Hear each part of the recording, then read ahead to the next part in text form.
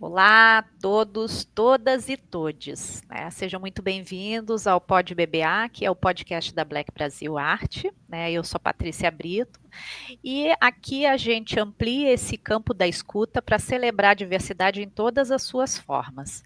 A cada episódio nós trazemos à tona histórias dos mais diferentes artistas de diversas partes do Brasil, mas também fora dele, pela lente de quem é artista, de quem faz arte, pensa arte e também mostra a sua arte. Nós damos o protagonismo para todos, né? Mas é importante dizer que mulheres e homens negros, pessoas da comunidade LGBTQIAPNA+, e artistas impactados pelo etarismo, sejam mulheres ou homens, têm o nosso respeito e a nossa preferência. Aqui a gente investiga as práticas curatoriais, essas criações insurgentes e os rastros de uma arte que desafia as normas e desloca o centro e imagina futuros possíveis. Então tá comigo aqui para esse bate-papo, né? O Luiz Cláudio. Ele é um artista da palavra, das letras, então eu já começo dando boas-vindas para ele. Tudo bem, Luiz Cláudio? Tudo bem, Patrícia? Bom dia para você, bom dia a todos que nos acompanham. Obrigada. Eu começo perguntando, né? Quem é o Luiz Cláudio dentro desse campo vasto das artes aí? Quem é você? Sim, Luiz Cláudio é um homem de 71 anos, muito perto de completar 72, completo no dia 30 do próximo mês de novembro. Muito bem comigo mesmo nessa fase da minha vida, vivendo a minha vida em todos os seus conflitos e coisas boas de uma forma equilibrada e tranquila.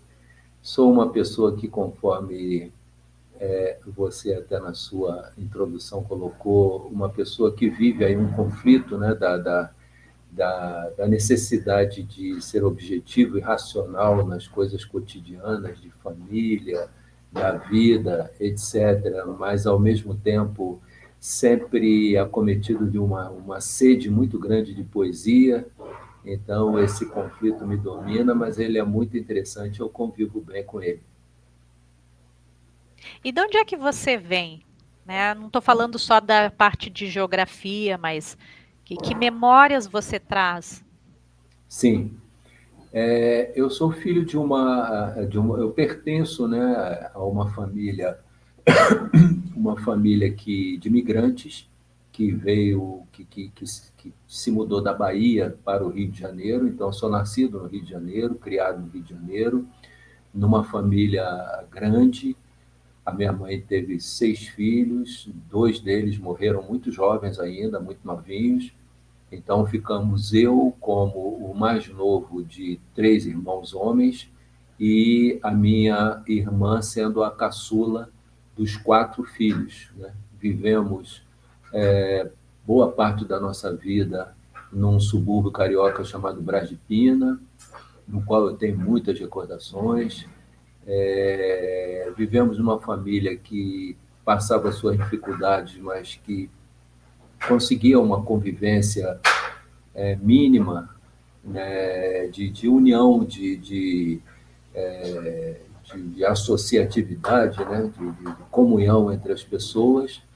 E eu trago dessa convivência familiar uma visão nostálgica muito interessante de um tempo em que as pessoas eram mais solidárias, de um tempo em que os bairros e as ruas eram comunidades onde as pessoas se visitavam, se frequentavam, conviviam, né, conversavam e viviam seus conflitos de uma forma que hoje a gente tem dificuldade em ver. Né? Hoje é um isolacionismo assim, muito grande. Então, eu venho dessa vivência. Né? Sou de 1953, né? Vivi esse período todo e vi muitas mudanças. Né? É. E esse deslocamento, né? Tendo pais da Bahia, tendo crescido no Rio e tendo caminhado por outras áreas geográficas e agora atualmente você está em São Paulo, né? a sua veia artística, ela saiu, saltou, despertou em que trajeto, né, dessa andança que você tem que surgiu? Sim, sim. A minha aproximação com as artes, ela começou com a música, né? Eu, desde muito jovem, eu sempre tive um interesse muito grande pela música. Eu me lembro perfeitamente, criança, pequeno ainda, eu prestando atenção nas músicas da época que tocavam, aprendendo as músicas. Nat King Cole, por exemplo, que foi um cantor que fez muito sucesso no rádio brasileiro, né, no final da década de 50, década de 60, os artistas brasileiros também, cantores como Orlando Silva, Calbi Peixoto, Ângela Maria. Eu, ainda bem jovem, comecei a aprender música com um colega de rua, um vizinho, aprendi as primeiras noções de teoria musical, e aprendi a tocar no acordeon. Era interessante que esse rapaz ele tinha dois acordeões, sendo que um era bem pequenininho, e como era pequeno, ele vestia, ele encaixava bem em mim para tocar, né? Então eu aprendi a tocar uma canção com ele que eu apresentei para minha mãe no Dia das Mães. Eu devia ter uns 8 anos por aí.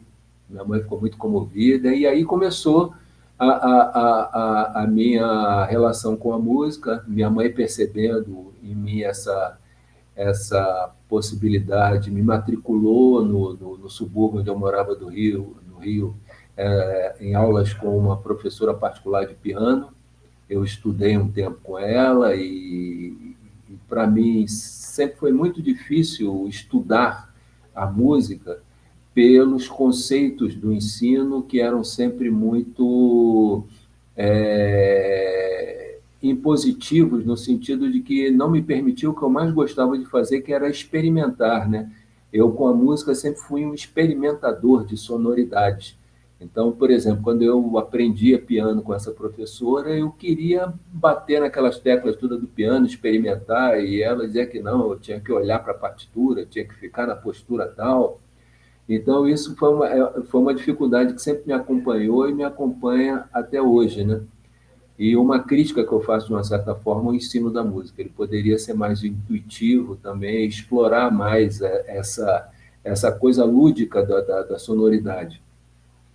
E eu acabei encontrando o meu próprio caminho e ao longo do tempo, desenvolvi essa capacidade de experimentar sons, né? Meu irmão levou um amigo em casa também quando eu era adolescente. Esse amigo esqueceu o violão dele lá em casa, nunca mais foi buscar.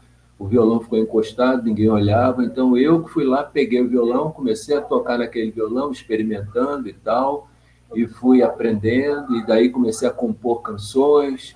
E isso me acompanhou me acompanha até hoje, né? Até hoje eu componho. Pela falta de interlocutores, eu fazia as letras também. E a literatura propriamente dita, ela surgiu na década de 90, quando eu fiz a oficina de criação literária do Museu Lazar Segal, ali na Vila Mariana. Participei durante uns 3 anos, mais ou menos, dessa oficina, e ali eu desenvolvi uma capacidade de produção literária regular. Aprendi a ter uma organização, a organizar o meu material, a trabalhar o texto, enfim, a desenvolver uma produção literária de uma forma mais organizada e regular. Como é que ele chama? Foi basicamente isso. Tá. E o que que te move hoje, né? Dentro dessa sua andança, então, pela música, pela literatura, né? O que que hoje te põe de pé, te leva para o mundo, te dá sentido? Bom, tem várias coisas, mas eu diria que o que me move fundamentalmente sou eu próprio, né? Eu me vejo, eu me entendo como um ser humano que precisa estar o mais íntegro, o mais unificado sentido dos meus conflitos interiores comigo mesmo, para que eu possa, ao meu redor, transmitir algo que seja construtivo, que seja edificante, né? Então, eu sou uma pessoa que estou sempre atento a isso, faço terapia, procuro me observar, me olhar, e com isso eu tento, ao meu redor, criar um ambiente favorável junto à família, ao meu relacionamento, à minha companheira, aos meus filhos. E nessa lida toda que envolve o trabalho, a família, as questões domésticas, vamos dizer assim, eu tenho um grande conflito, que é encontrar o meu tempo para a minha criação artística, para o meu trabalho. E eu vou pelejando por aqui e sempre encontro um jeito de fazer alguma coisa, mas estou sempre insatisfeito, estou sempre em busca de um pouco mais de organização, um pouco mais de privacidade, para que eu possa produzir mais e melhor, cada vez mais e melhor. Eu ia te perguntar isso, né? Se o teu processo criativo ele te causa mais dor ou mais prazer, né? No sentido assim, de você tá agora passando por um ócio criativo, ou você tem tanta criação, né? Eu vou chamar esse povo que está aí junto contigo para falar, né? Não, mas tudo bem. A gente está fazendo uma gravação. Está interferindo. Não, mas não te preocupa, porque é uma gravação, né? Tá. Então tá legal. Então já também fiz um apelo aqui para é que está no momento aqui típico familiar, que nós estamos com reforma em casa e pessoal passando naquele vai e vem, mas vamos conversando aqui. Tá certo. Então, a pergunta foi, né, se o seu processo criativo, ele está te dando mais dor ou mais prazer hoje, né? Ou seja, você tem facilidade de criar, tem criação em excesso ou tem dificuldade nessa criação hoje? Eu tenho sempre alguma criação em excesso, sim, porque sempre surgem ideias, né? As ideias, as motivações artísticas, elas vêm muito do sentimento, de uma emoção, de uma percepção mais sensível, diferente. Então, eu posso estar ouvindo uma música, eu posso estar observando uma coisa, e essa possibilidade surge. Nem sempre eu posso transformá-la num processo criativo, né? Infelizmente.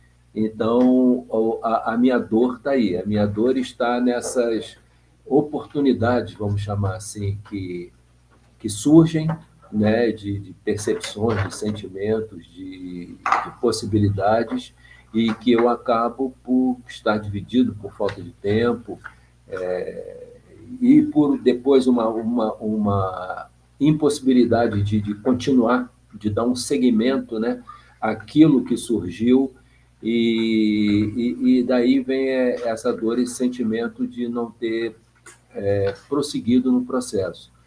E, por outro lado, existem momentos em que eu tenho me organizado ultimamente cada vez mais, eu procuro dedicar um tempo do meu dia para que eu possa me isolar um pouco e poder, enfim, desenvolver esse meu processo em projetos que eu já tenho em andamento, né?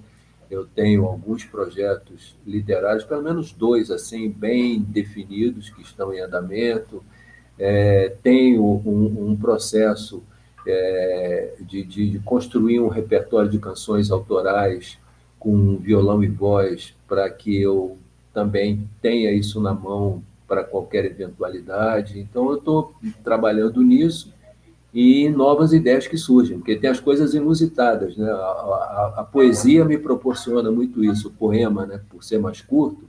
Então, às vezes, surge um momento, uma situação, eu estou com o celular na mão, no próprio celular eu já deixo, registro alguma coisa, depois eu olho, salvo, revisito, analiso. E, enfim, eu tô convivendo com isso porque cada uma das coisas que acontece, mesmo gerando conflito, elas são escolhas minhas, são opções minhas, são coisas que eu quero ter comigo, que eu quero ter perto de mim, então eu tenho que conviver com isso da melhor maneira. Tá certo. Você disse que então é um homem que nasceu na década de 50, né? Tem todo um percurso, tem uma família ativa, né? E até os nossos ouvintes, né, vão acabar incorporando isso, né? Porque Sem é dúvida. normal, é uma gravação e a família está aí a todo vapor. Mas assim, você Sem sendo um dúvida. homem, né, com mais de 60 anos, como que você enxerga a sua caminhada dentro desse meio que está cada vez mais competitivo e acirrado em termos de arte, né? Hoje em dia, até com essa nova nomenclatura de influencer, né? Você tem muita gente fazendo não se sabe o que, mas rotulando de arte, né? Como é que você se enxerga nesse cenário? Então, isso é complicado, né? Você fala dos influencers aí, e a gente sabe que, me parece que foi potencializado em larga escala, foi potencializada a capacidade de pessoas iludirem outras pessoas em prol de interesses próprios, né? Eu até vejo no noticiário, às vezes, influencer é preso porque fazia coisas ilícitas de alguma forma, cometia crimes e tal. Então, você vê criminosos, por exemplo, que são influencers, né? que têm, às vezes, milhões de seguidores. Né? Então, nós vivemos um momento de pós-verdade, inclusive, um momento em que a mentira passou a ser uma ferramenta desenvolvida com grandes recursos, e aquilo que antigamente era a pessoa que iludia a outra de forma mal intencionada ganhou uma força extraordinária. E o que a gente vê é uma sociedade que está sendo manipulada descaradamente, né? Privada da sua capacidade de analisar criticamente as coisas, aí também por vários outros fatores, como fatores educacionais, culturais, etc. E eu, como uma pessoa que cria e que gostaria de veicular aquilo que cria, né, de fazer com que isso chegue às pessoas, eu me sinto, às vezes, um tanto ou quanto impotente e até intimidado perante isso. Né? Uma questão, por exemplo, que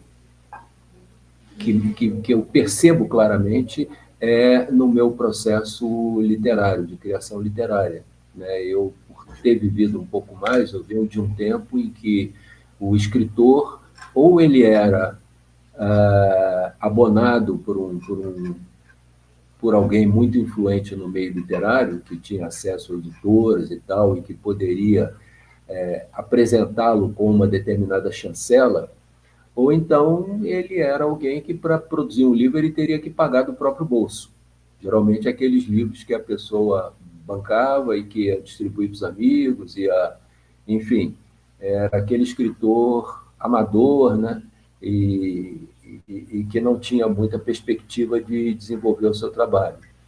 Hoje isso melhorou, em parte, eu diria até a possibilidade de o escritor produzir o seu livro, porque existem editais de cultura, existem meios de conseguir uma verba aonde o escritor pode elaborar um projeto literário e chegar até a condição de ter uma tiragem de livro na sua mão, e isso já é um grande passo, mas tem a etapa posterior, que é a etapa de distribuição, de colocar o seu livro para que as pessoas conheçam, né, o seu trabalho, colocar o seu livro no mercado, que ainda para mim é uma etapa difícil, e eu acredito que para muitos escritores independentes como eu ainda tenho dificuldade com isso e cada vez mais tento me atenar, me colocar nesse processo, mas ainda é difícil, né? Surgiram várias editoras independentes, mas que, de uma certa forma, também ainda não conseguem fazer com que esses trabalhos tenham uma competitividade, né, em termos de mercado. Então, o que eu faço é tentar colocar meus trabalhos em condição de serem acessados pelas pessoas do jeito como eu posso. Eu vendo livro, mando pelo correio para as pessoas, eu sempre que posso faço o lançamento dos meus livros nos espaços em que eu consigo. Eu, inclusive, até ofereço livros para pessoas quando eu percebo que elas têm interesse no trabalho, porque eu sei o quanto o hábito de leitura é escasso, é precário entre as pessoas da nossa sociedade, e eu sempre me sinto muito estimulado a fomentar isso, a incentivar as pessoas a lerem.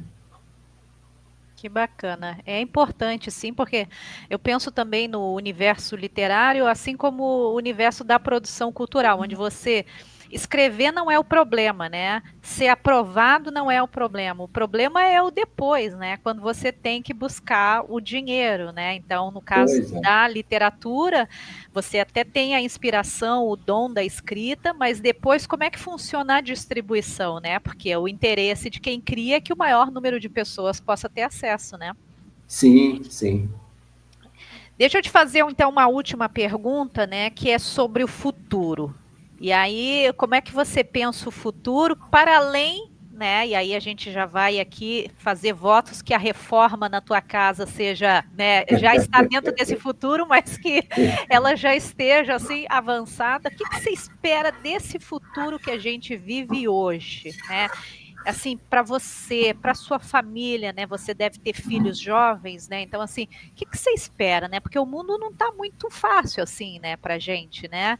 Às vezes, num otimismo aí, a gente até pensa, não, não, queremos o melhor para os nossos filhos, né? Mas como que você pensa que vai ser esse futuro daqui para frente, com, né, essa insegurança sustentável, né, desse meio que a gente extrai, só tira, tira, para a nossa própria juventude em relação a essas, né, essas inteligências todas que vêm surgindo aí, né? O que que você pensa de tudo isso? Sim. Então, você já colocou uma questão aí que é fundamental, né? Que é a questão ambiental, né? Nós hoje temos uma realidade onde cientificamente já está colocado, já está aprovado, apesar de haver um grau de negacionismo assim que é espantoso, né? E isso só mostra o quanto a nossa sociedade está alienada, está à mercê de falsas verdades, né? Essa questão dos influencers que a gente falou ainda há pouco. Nós temos uma perspectiva que pode ser sombria para a continuidade da existência da própria raça humana no planeta. Isso é um fato que a ciência já coloca e que, apesar disso, existe, não é nem o negacionismo corriqueiro do seu vizinho, da pessoa que você conversa e que vê que não entendeu ainda a dimensão disso. É mais grave quando a gente percebe que lideranças mundiais, né, como, por exemplo, Donald Trump, são negacionistas do clima, né, vão na contramão de todo um processo de transição energética, insiste com combustíveis fósseis, por exemplo, que notoriamente já são a grande causa desse desastre ecológico todo que a gente vive, juntamente com o desmatamento. Então, a gente fica muito apreensivo, muito alarmado, e o que eu vejo como alternativa é a consciência, a conscientização, é o entendimento real do que se passa, é a visão crítica, né? Então, aí a gente não tem como. As pessoas têm que encarar uma questão de luta e resistência política, né? E a política, nesse caso, ela ganha uma presença muito forte, no sentido de que a gente tem que o dever, digamos assim, como ser humano, como sociedade humana, de encarar essa situação de uma forma mais clara, mais lúcida, né? E eu vejo isso como um trabalho de formiguinha que eu faço a todo momento. Então, isso nós fazemos aqui em casa, com a nossa família, conversando com nossos filhos, conversando com os amigos dos nossos filhos. Enfim, nós somos arte educadores também, e no trabalho de arte e educação a gente também coloca sempre essa questão, né? É sempre muito importante para mim conversar com pessoas jovens, com crianças, com adolescentes, porque eles sempre, de uma certa forma, estão abertos a ouvir uma coisa nova, diferente, e incorporar aquela possibilidade do que foi colocado, né? E eu entendo que é um trabalho de luta e de resistência, né? Eu sou uma pessoa que, por natureza, sou otimista no sentido em que eu acredito no ser humano.